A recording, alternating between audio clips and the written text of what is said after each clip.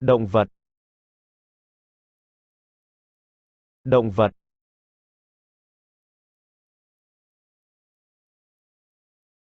Con gấu. Con gấu.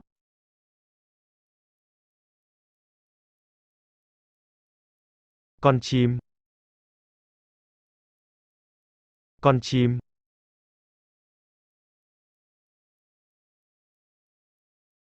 Con mèo. Con mèo.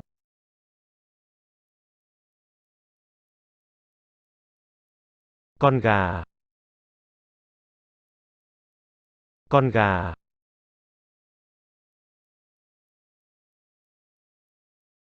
Con bò. Con bò.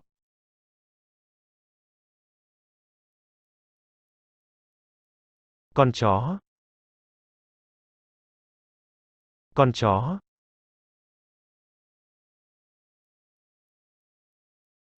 Cá heo.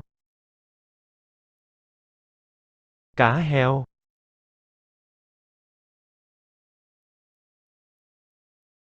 Con lừa. Con lừa.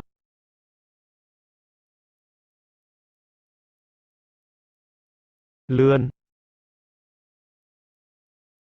Lươn.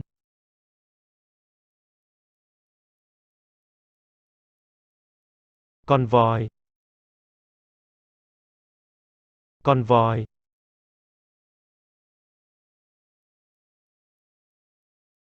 Con cá.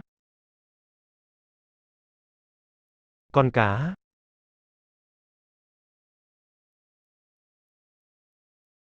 Con cáo. Con cáo.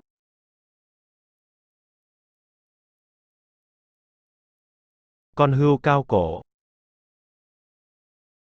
Con hươu cao cổ.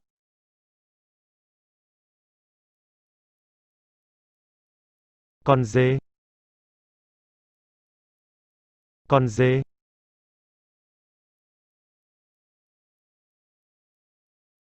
Con hà mã.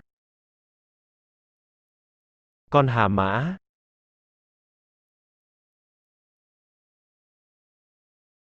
Con ngựa. Con ngựa.